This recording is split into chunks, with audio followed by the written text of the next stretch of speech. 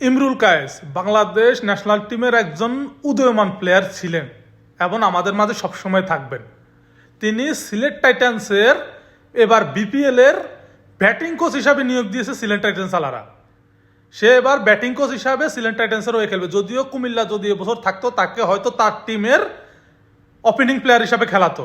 যদিও সে এখন খেলেনি, কিন্তু সিলেট টাইটান্স তাকে যোগ্য সম্মান দিয়েছে। সে বাংলাদেশের একজন ব্যাটিং কোচ হওয়ার যোগ্য রাখে। খুবই ভালো একজন প্লেয়ার, খুবই অমায়িক একজন প্লেয়ার। কিন্তু সে ইমরুল কায়েস মনে আছে হাতুরি সিং তাকে প্র্যাকটিস করার জন্য বাংলাদেশের স্টেডিয়ামে ক্লাবে ঢুকতে দেয় নাই। এটা নিয়ে অনেক গুঞ্জন রয়েছিল, তাকে ক্লাবে পর্যন্ত ঢুকতে দেয় না, শুধু প্র্যাকটিস করার জন্য, জিম করার জন্য। আর সে ইমরুল কায়েস আজ বাংলাদেশ বিপিএল এর সিলেট টাইটানের কোচ। খুবই ভালো লাগতেছে। কংগ্রাচুলেশন ইমরুল কায়েস, আপনি দোয়া করি বাংলাদেশ ন্যাশনাল টিমের ব্যাটিং কোচ হিসাবে আসেন, বাংলাদেশকে কিছু দেন। এবার বিপিএল এ আপনাকে দেখা যাবে একজন ক্যাপ্টেন হিসাবে।